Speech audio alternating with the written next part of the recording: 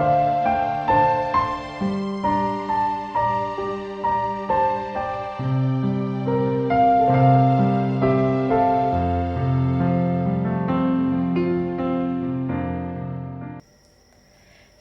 keluarga GKI Cira, kita jumpa lagi di dalam sapaan renungan harian kita hari ini.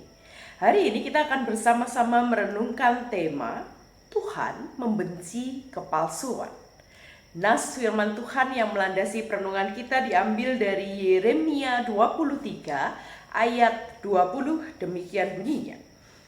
Murka Tuhan tidak akan surut sampai ia telah melaksanakan dan mewujudkan apa yang dirancangnya dalam hatinya.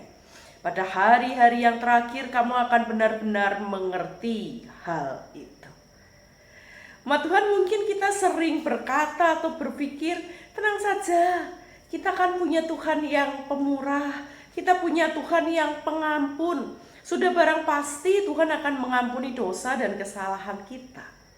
Tampaknya pemikiran ini tidak sepenuhnya benar.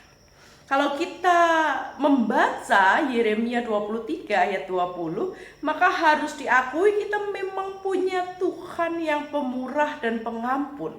Namun Tuhan yang pemurah itu juga adalah Tuhan yang hangat dalam amarahnya. Tuhan tidak akan membiarkan dosa dan pelanggaran itu terjadi secara terus-menerus berulang-ulang kali.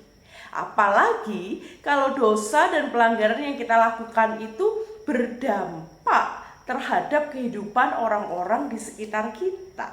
Tuhan tidak akan membiarkannya. Ada murka, ada amarah Tuhan yang bisa saja menyapa kehidupan kita. Sama seperti apa yang dilakukan nabi-nabi palsu pada zaman Yeremia. Kehangatan murka Tuhan dijelaskan oleh Yeremia akan menyapa nabi-nabi palsu yang menyesatkan bangsa Israel lewat pengajaran-pengajaran semu, bahkan pengajaran-pengajaran yang tidak terbukti kebenarannya. Artinya apa?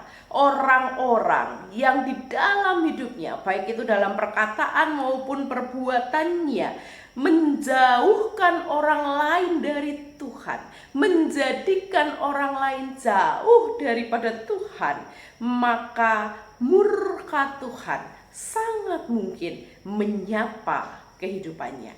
Hukum dari Tuhan menanti orang-orang yang hidupnya menjadi batu sandungan.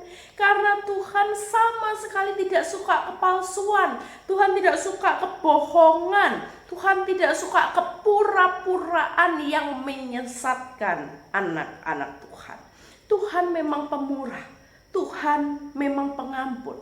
Namun bila hidup kita terus-menerus menjadi batu sandungan yang menyesatkan orang lain, maka pengampunan Tuhan mungkin berubah menjadi hukuman Tuhan.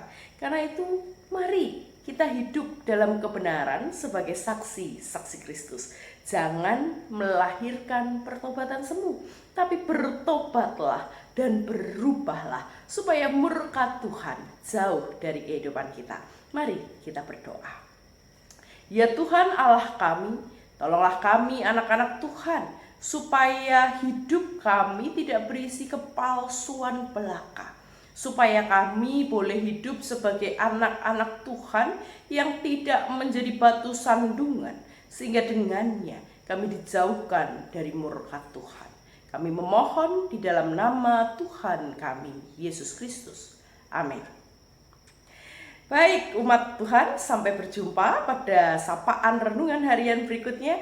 Jangan lupa kalau Bapak Ibu jemaat sekalian terberkati, like, share, lalu subscribe supaya makin banyak orang mendapatkan berkat Tuhan. Tuhan memberkati.